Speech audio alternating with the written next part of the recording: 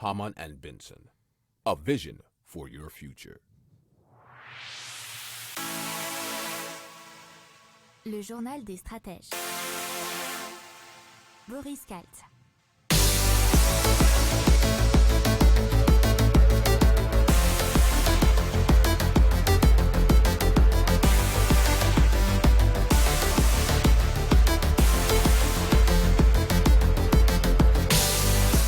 Bonjour à tous et bienvenue dans le journal des stratèges consacré bien sûr à l'hydrogène aujourd'hui. On va vous parler d'un projet d'hydrogène vert à 2,3 milliards d'euros, d'une centrale à hydrogène verte aussi en Suisse, d'Alstom et Liebherr qui s'associent pour des piles à combustible.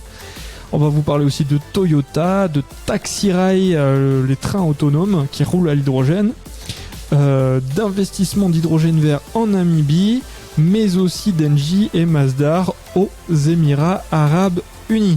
Vous écoutez le journal des stratèges numéro 179 et ça commence maintenant. Hamann and Benson, a vision for your future.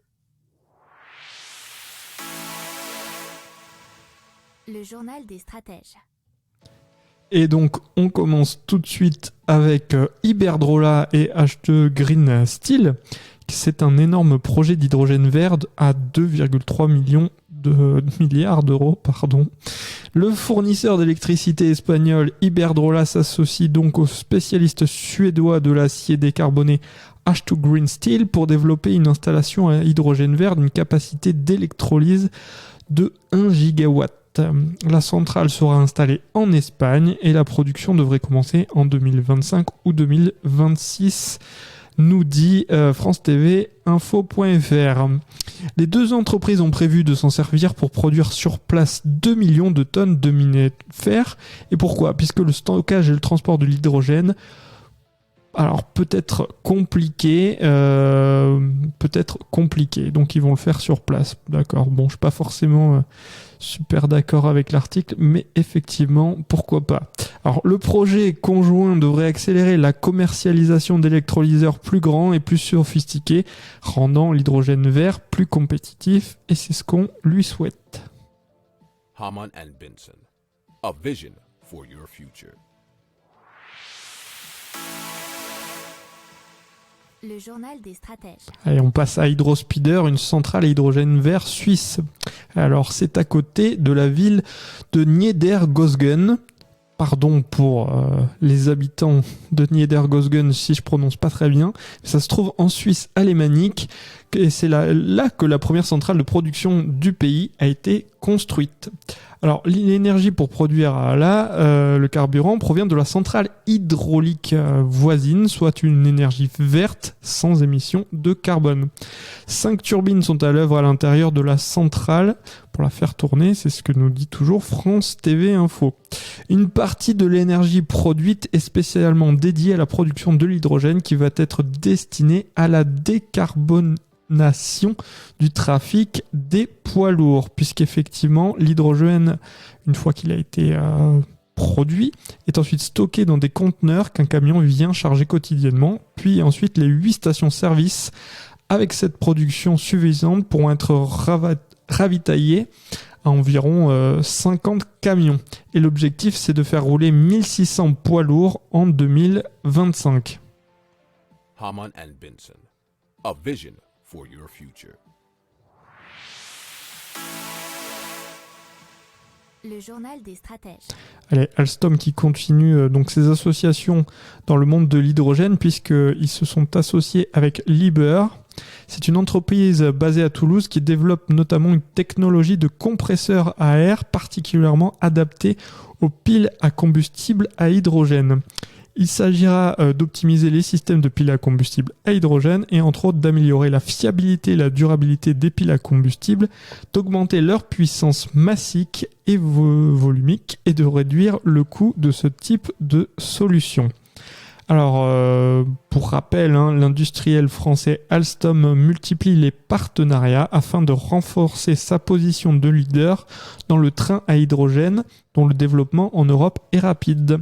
Alors, en ce qui concerne le train, on va dire régional, il faut savoir que pour l'instant, la plupart des locomotives roulent à quoi? Elles roulent au diesel.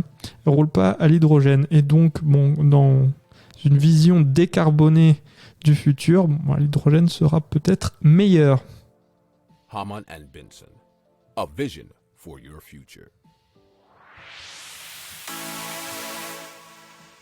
Le journal des stratèges. Allez, un petit mot rapide sur Toyota qui depuis plusieurs mois teste une Corolla un peu spéciale puisque sous son capot il y a un 3 cylindres 1.6 turbo qui est issu de la Yaris GR, nous dit Automobile Magazine, qui consomme de l'hydrogène pur. Et donc ça permet de garder les mécaniques thermiques actuelles tout en ne rejetant que de la vapeur d'eau, bien évidemment. Alors Toyota ne commande pas une éventuelle arrivée en production. Hamann and Benson, a vision for your future. Le journal des stratèges. Allez, on parle de taxi-rail à l'hydrogène. Alors c'est Régis Coat ou Coat, je ne sais pas comment on prononce, si on prononce à la française ou à l'anglaise, qui est président de la société Exceed Concept et Développement, qui a pensé un train autonome respectant la décarbonation et fonctionnant à l'hydrogène. Alors ce sera testé très bientôt en Normandie, c'est le taxi-rail qui semble adapté pour l'instant une dizaine de lignes régionales, nous dit la Gazette de Normandie. Alors l'expérimentation du premier démonstrateur est prévue pour la fin de l'année 2022, toujours sur le territoire de Caux-Seine-Aglo.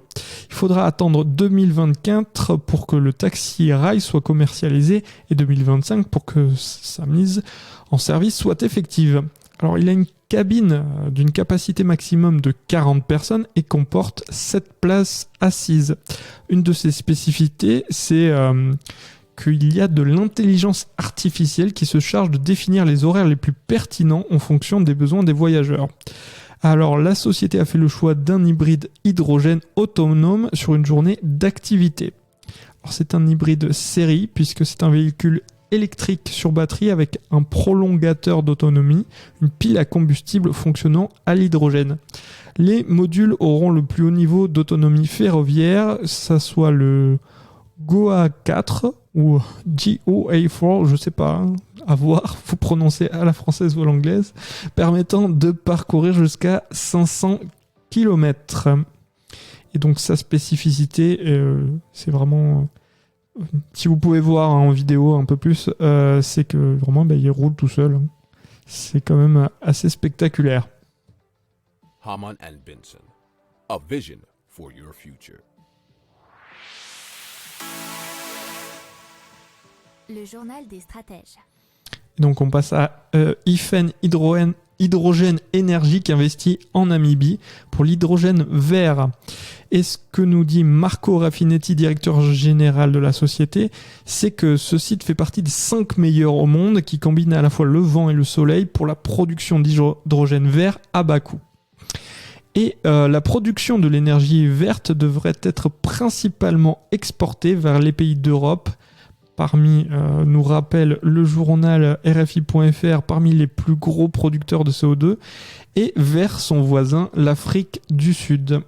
Alors, il faut savoir que c'est une bonne manne financière pour la Namibie, qui n'a pas beaucoup d'investissements étrangers, qui, par ce biais, va pouvoir en compter un peu plus. Hamann and Benson, a vision for your future.